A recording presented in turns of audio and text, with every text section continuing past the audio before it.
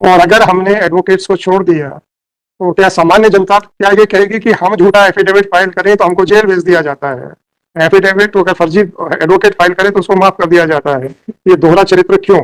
कि जब जो व्यक्ति कहता है कि ये मेरे सिग्नेचर नहीं है, आप कहते हैं कि हम नहीं विड्रॉ करेंगे अपना वकालतनामा, तुमसे जो करते बनता कर लो। सवाल इस बात का है कि जब हालात यहां तक आप लोगों ने पैदा कर दिए कि उसको एसपी को भेजना पड़ा, क्योंकि तब तक भी कोई भी पीछे हटने को तैयार नहीं था। और हैंडराइटिंग एक्सपर्ट की रिपोर्ट आ गई कि वकालतनामा पे दिलीप पांडे साहब के दस्तखत नहीं है। अभी बस इतना सा क्वेश्चन है, क्या फर्जी दस्तावेज के साथ, फर्जी हस्ताक्षर के साथ दिलीप पांडे जी का वकालतनामा पेश हुआ कि नहीं, और क्या प्रदीप कुमार तिवारी जी ने झूठा एफिडेविट हाईकोर्ट में पेश किया कि नहीं। अभी पूरी बहस बस इतने पे रहेगी, इसके अलावा कुछ नहीं होगा। सर अब आपने तो सुबह ये कहा था it is an offence, filing of a false affidavit it is an offence. अब क्या किया जाए सर, अब आप लोग ये बताओ।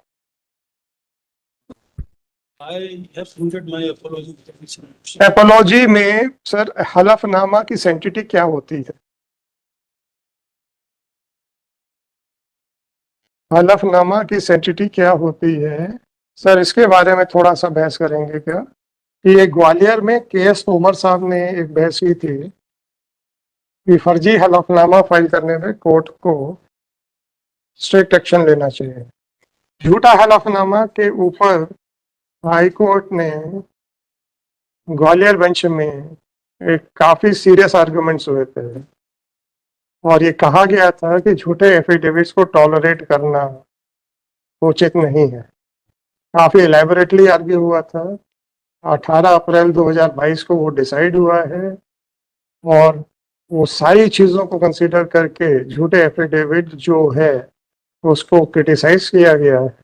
फिर उस केस के तथ्यों को लेकर फिर ऑर्डर हुआ था। तो एफिडेविट क्या होता है वो आपको इस ऑर्डर में मिलेगा। Shrimati Kamla Sharma versus Sukhdev Lal and others, वही चीजें रेफर होंगी। माय लॉर्ड, मेरा एक हम्बल रिक्वेस्ट था। भाई साहब, Yes. आप बेटे हैं पाठक साहब के, तो इसलिए मैं आपको उस तरीके से मना नहीं करूंगा, परंतु जब आपके फादर जिनके खिलाफ आरोप लगा है या तो वो आपको एक लॉयर एंगेज कर रहे हैं तो मुझे कोई प्रॉब्लम। तो ये पीस मिल में अलग अलग इंसान जब आर्ग्यू करेंगे तो प्रॉब्लम हो सकती है।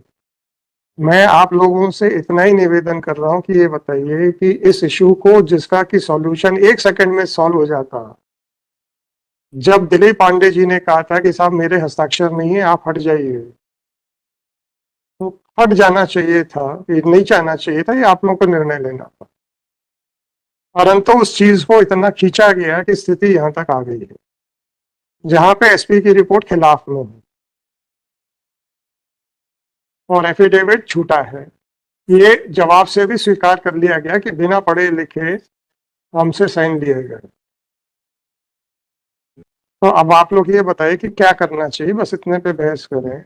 अभी मैरिट्स के ऊपर मैं नहीं डिसाइड कर रहा हूँ, मैरिट्स के ऊपर जो भी होगा संजना साहनी मैडम को सुन के, आप लोगों को सुन के डिसाइड होगा। क्योंकि दिलीप पांडे जी अब आप खुद अपेयर हो रहे हैं, तो उनकी तरफ से हम किसी और को बहस नहीं करने देंगे, पांडे जी से ही बहस सुनो।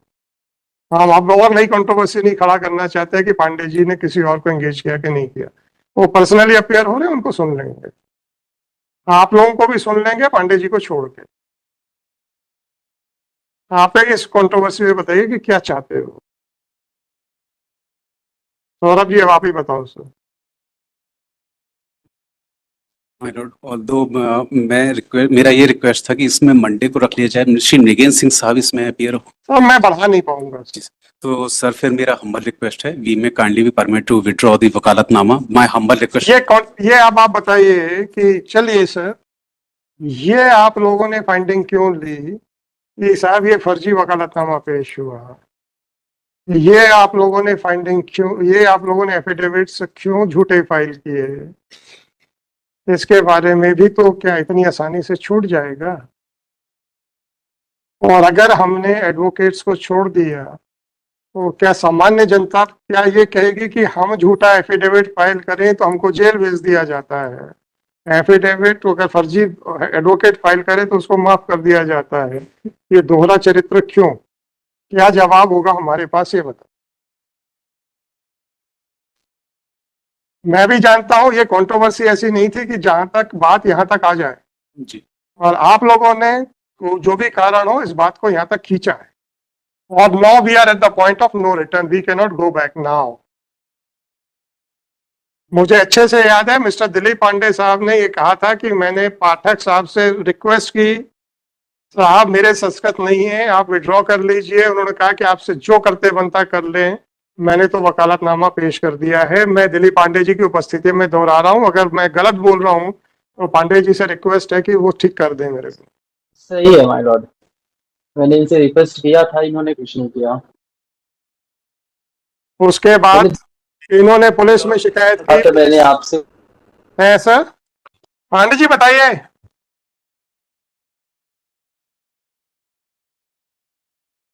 पांडे जी आपको मेरी आवाज सुनाई दे रही है कि नहीं?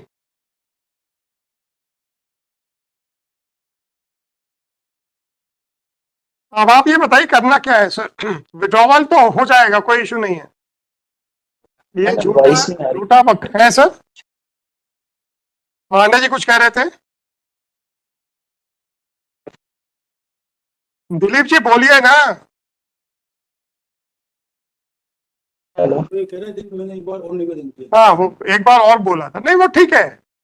देखिए, जब दिलीप पांडे जी का कहना है कि मैंने साइन नहीं किया और एसपी साहब की रिपोर्ट है कि इन्होंने साइन नहीं किया, तो विड्रॉवल करें या ना करें, you can't represent mister Pandey. Issue वो नहीं है। फर्जी वकालतनामा पेश करना और फर्जी हलफनामा पेश करना, these are the questions. Gaurav ji अब आप बताइए कि इसको कैसे रिजॉल्व किया जाए। सर, वकालतनामा तो जो हमने फाइल किया था on the impression of Dharmesh Chaturvedi, because उन्होंने अपने एफिडेविट में भी बोला कि हम करा के लेकर आए थे साइन। सर वो तो आप जा चुके हैं ना, उनका कोई एफिडेविट नहीं है।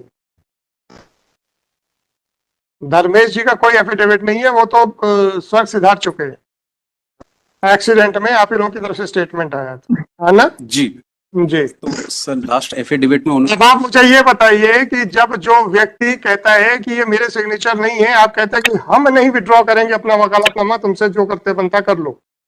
ठीक है, मैं मानता हूं। मैंने पांडे जी से बाहर ये भी बोला था कि आपको यदि लग रहा है तो मैं विड्रॉ कर लेता हूँ। आपकी बात नहीं है। पांडे जी ने जब यह स्टेटमेंट दिया था कि आपके फादर साहब से जब उन्होंने 2 बार कहा, उन्होंने इस तरीके से बोला। माय लॉर्ड, जब मैंने मृगेंद्र सिंह सर थे साथ में, मैंने उनसे उनके सामने बोला था पाठक जी से। पाठक जी ने मुझसे एक ही बात बोला था, मैंने आपसे कोई मदद नहीं मांगी और मैं आपसे इस मैटर में कोई बात नहीं करना चाहता। सुनाई नहीं दे पा रहा। तो अब आप ये बताइए कि फर्जी वकालतनामा और फर्जी हलफनामा पेश करने पे क्या निर्णय किया जाए, बस इतना पूछ रहा हूं।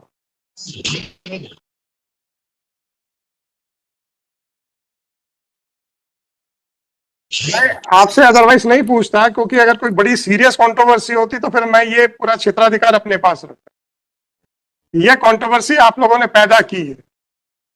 मैं जानता हूं कि जब बहुत सारे लोग होते हैं किसी केस में, तो सामान्यतः 1 या 2 व्यक्ति आते हैं, बाकी वो प्री साइंड वकालतनामा लेके आते हैं। I know that. परंतु प्री साइंड वकालतनामा में से अगर कोई एक व्यक्ति आपके पास आके कहता है कि मैंने साइन नहीं किया है, तो आपको हट जाना चाहिए था, ये मेरा विचार है। परंतु पांडे जी का कहना है कि भाई उनको साफ साफ मना कर दिया गया कि हम नहीं हटेंगे। ये आप लोगों का प्रोफेशनल मिसकंडक्ट है कि नहीं, मैं उसके ऊपर बात नहीं करूंगा, राइट? क्योंकि मेरा जुरिस्डिक्शन नहीं है, बार काउंसिल का जुरिस्डिक्शन। सवाल इस बात का है कि जब हालात यहां तक आप लोगों ने पैदा कर दिए कि उसको एसपी को भेजना पड़ा, क्योंकि तब तक भी कोई भी पीछे हटने को तैयार नहीं था, और हैंडराइटिंग एक्सपर्ट की रिपोर्ट आ गई कि वकालतनामा पे दिलीप पांडे साहब के दस्तखत नहीं है। मजे की बात यह है कि जो रिपोर्ट आ गई थी उसको एंटीसिपेट करते हुए आप लोगों ने 2 हलफनामे पेश कर दी। एक गलती को छुपाने पे एक और गलती की, और उसमें एक चूंकि स्वर्ग सिधार गए हैं इसलिए अब हम कुछ कर नहीं सकते। रहा सवाल दूसरा, दूसरे का हलफनामा आ गया कि मेरे से तो खाली कागज के ऊपर साइन कराए गए।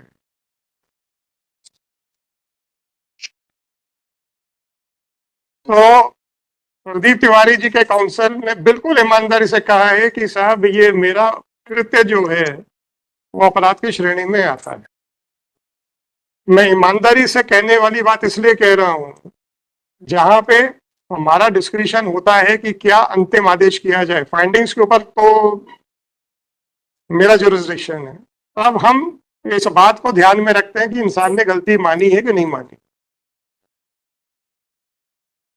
तो उनका यह कहना है कि हाँ साहब मेरा मेरा कृत्य अपराध की श्रेणी में आता है, शायद उनको कुछ ना कुछ फायदा दे जाएगा ऐसा लगता है। झूठा एफिडेविट फाइल करने को जस्टिफाई नहीं करूंगा मैं किसी भी तरीके से, परंतु अल्टीमेट कंक्लूजन में शायद इनकी ये स्वीकारोक्ति अगर ऐसा लगता है कि दिल से है, तो आदमी अगर सुबह का भूला शाम को घर आता है तो उसको भूला नहीं कहते, ऐसे हमारे बुजुर्ग कहते थे और हम इस बात को मानते हैं। एग्री। हाँ सर, आप लोगों ने ये परिस्थिति क्यों खड़ी की कि हमको हैंडराइटिंग एक्सपर्ट तक को बुलाना पड़ गया? आप लोगों ने झूठे एफिडेविट क्यों फाइल करवाए? इसका थोड़ा सा आंसर दे दीजिए सर, बाकी फिर अपन बाद में देखेंगे मेरिट्स को, इसको पहले इस क्वेश्चन को डिसाइड कर देंगे। Because both of them दोनों वहाँ- appeared before the notary, they put their signature, they sir stated their Aadhaar. पाठक साहब, have you seen the reply given by Pradeep Kumar Tiwari? Yes, I have. देख लिया ना sir? You are just opposed, you are still contesting that reply? You are contesting that reply? contest कर लीजिए, परंतु handwriting expert को आप कैसे justify deny कर पाएंगे? I admit that I have received wakalatnama duly signed by. Why you did not withdraw yourself when Mr. Pandey had suggested you? It is not a case. It is not a case where Mr. Dilip Pandey all of a sudden stood up in the court and made allegations. I moved an application for that. And Mr. Pathak, don't try to twist the facts. मैं एक एक चीज की dates disclose कर दूंगा आपके, मैं एक एक चीज को डिस्क्लोज कर दूंगा, मैं आपके बोनाफाइड्स को डिस्क्लोज कर दूंगा सारे। my lord, Don't try to claim that you had moved an application for withdrawal. on that day, the application which was filed by Mr. Pandey was not available with me. And my lord had directed. अच्छा पाठक साहब, आपको कुछ कहना है handwriting expert की report पे? No, I do not question. You do not question. आपको कुछ कहना है with regard to the reply filed by Mr. Pradeep Kumar Tiwari, that under what circumstances the affidavit was filed? If you want to say anything, sir, please comment upon that. Because earlier affidavit which was filed by Mr. Tiwari was duly authenticated by notary. यह उन्होंने स्वीकार किया है। आप पढ़िए तिवारी जी के affidavit पे, उन्होंने स्वीकार किया है कि मैंने नोटरी के जाके रजिस्टर पे साइन किए हैं। ठीक। फिर उन्होंने एक्सप्लेन किया कि किस परिस्थिति में एफिडेविट टाइप हुआ है। अगर वो ये कहते हैं कि मैंने नोटरी क्या नहीं गया हूं, तो मैं फिर उनके वकील साहब से पूछता।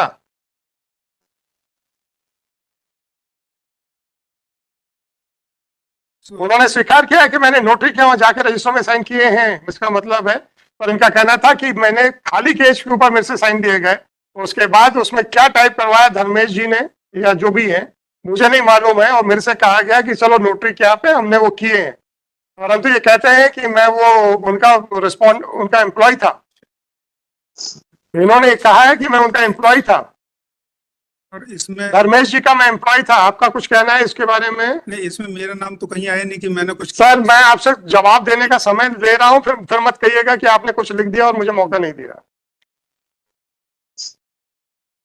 And overall he tendered his unconditional apology. Why you created such a scene? Mr. Pathak, I am really shocked. There are a lot of judgments by Supreme Court that if there is some controversy with regard to the Wakalatnama, then fresh Wakalatnama can be filed. You drive that issue to this extent, and still you are arguing the matter. No, I am not arguing. Then what? I am stating my part only. I am not arguing. क्या कहना चाहते हैं आप? मैं ये कहना चाहता हूँ कि जो भी हुआ बोनाफाइडली हुआ। कोई बोनाफाइड नहीं है सर, कोई बोनाफाइड नहीं है। उसके बाद आप क्या कहना चाहते हैं ये बताइए। जैसा भी आपने कहा कि मान लो 8 लोग हैं 10 लोग हैं और भाई साहब, एक ही साइन करता हो। आप पाठक साहब, आप दिलीप पांडे साहब की इस बात पे क्यों नहीं जवाब दे रहे कि इन्होंने आपको मना किया था, उसके बावजूद भी आपने इनकी बात नहीं मानी। मैं आपसे इतना कह रहा हूं पाठक साहब, ये वकालत मत करिए यहाँ पे अभी फॉर द टाइम बीइंग। आपसे इतना कह रहा हूं, It was you are in a dock mister Pathak, you are in a dock. admittedly it was on a mistake on my part. Admittedly, I am not saying anything about filing of the vakalatnama. admittedly it was a bona fide mistake on my part. मैं आपसे इतना पूछ रहा हूं, जब mister Dilip Pandey ने आपसे कहा था कि मेरे सिग्नेचर्स नहीं है, प्लीज हट जाइए, आपने क्यों मना कर दिया?